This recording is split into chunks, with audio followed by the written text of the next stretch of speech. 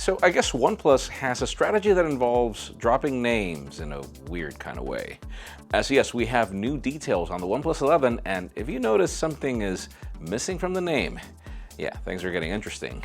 MediaTek just announced a ton of flagship chips, with one catching our eye most, or actually a couple. And if you've ever dreamed of having a verified Twitter account, well, Elon just did you a favor, but not for free. I'm Jaime Rivera, and reporting from Sonoma in California for MediaTek Summit. It's time to work. This is Pocketnow Daily.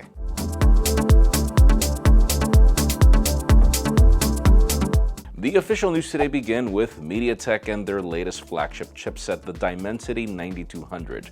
Gotta love their choice to announce it while they were flying us to their summit, but regardless, there's a lot of great here. This is the first chip to launch with the new ARM Cortex-X3 Prime Core, which is clocked at 3.05 GHz. It's based on the ARM v9 architecture and fabricated on the second generation of TSMC's 4nm process. On the graphics department, we have the Immortalis G715 GPU with a hardware-based ray tracing engine that produces ultra-realistic lighting and reflections for the most immersive mobile gaming experience, that I know, on a phone. It also brings variable rate shading, double machine learning performance compared to its predecessor, and ARM fixed rate compression for more bandwidth usage efficiency. The Dimensity 9200 also brings 6th generation AI processing unit that gives a 35% improvement over the previous generation on some benchmark results. It supports LPDDR5X RAM and up to 5K resolution on displays at 60 Hz for 5K obviously. It also brings support for up to 8533 megabits per second memory and UFS 4.0 storage for fast data transmission. And then there's the fact that even if Wi-Fi 7 is not out yet, this chip does support it, in addition to sub-6 and millimeter wave 5G connectivity. Finally, the first Dimensity 9200 powered phone should be expected to launch by early 2023. Let's continue with a bit of official news, even if quite confusing. Let's talk about Twitter, since it's now official that any user can pay $8 per month for a verification checkmark.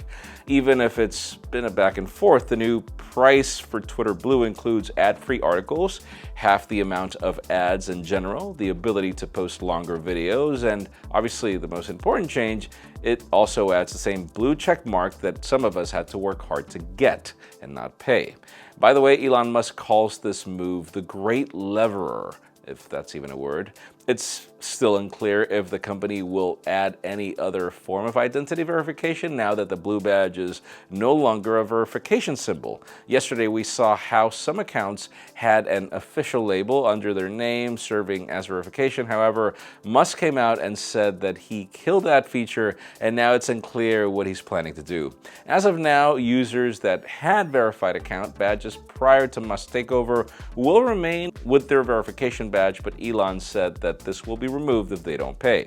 It is also reported that Musk floated the idea that users would be able to send money to others through the platform and even link their bank account to their Twitter account, just like he started with PayPal many years ago. According to Musk, Twitter will be changing rapidly in the coming months, and some mistakes will be made. And clearly, the first one started today. Moving on, let's talk about Honor, since we have information about their upcoming flagships, and notice that I say plural. For now, let's start with the Honor 80 Pro Plus. According to a new report by Digital Chat Station, the new model will have an 106 megapixel main camera sensor and not the previously rumored 200 megapixel sensor.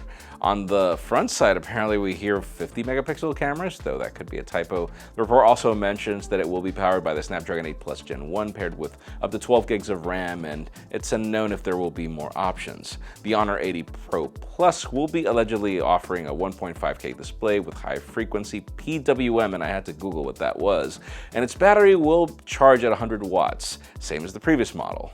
The report ends by mentioning that Honor's lineup will be launched in China before the end of the year, so there's still time for more information. We'll keep you posted.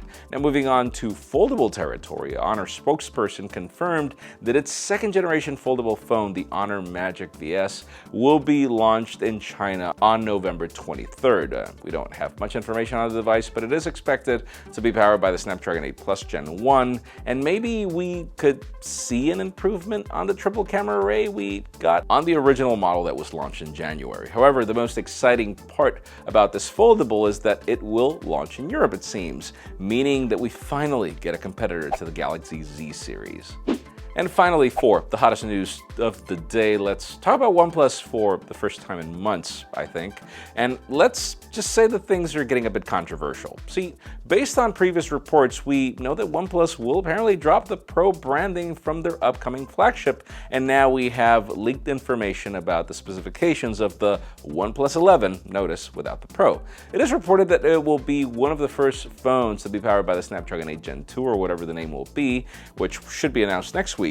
If you're planning to get one, you'll apparently be able to pair it with up to 16 gigs of RAM, 256 gigs of storage, and the reports also mention a 6.7-inch Quad HD Plus AMOLED screen at 120Hz refresh rate. From the battery, it is rumored that it will have a 5,000 mAh unit that will support 100-watt wired charging speeds. Finally, Digital Chat Station reported that OnePlus, or the OnePlus 11, will share the same camera specifications as the Oppo Find N2, which we have yet to know about. So he stated the system will include a 50-megapixel Sony IMX890 main camera, a 48-megapixel IMX581 ultra-wide, and a 32-megapixel IMX709 2x zoom camera. The OnePlus 11 will also feature OIS and camera tuning by Hasselblad, but in today's question, let us know, do you think it's a good idea for OnePlus to drop the Pro from its brand? Because listen, in my case, I have no problem with it. I really don't care. I just want them to get the price right. That's just me. Leave us a comment down below. We'd love to know your opinion. Friends, again, if you want to get the news earlier, follow us on Pocketnow.com and subscribe to our channel for more videos like this one. You can also follow us on social media, as our extended coverage happens on Instagram, and follow me on my personal handles to see me work hard and play hard. Please give this video a thumbs up if you like what you saw. I'm Jaime Rivera. Thanks so much for watching. We'll see you tomorrow.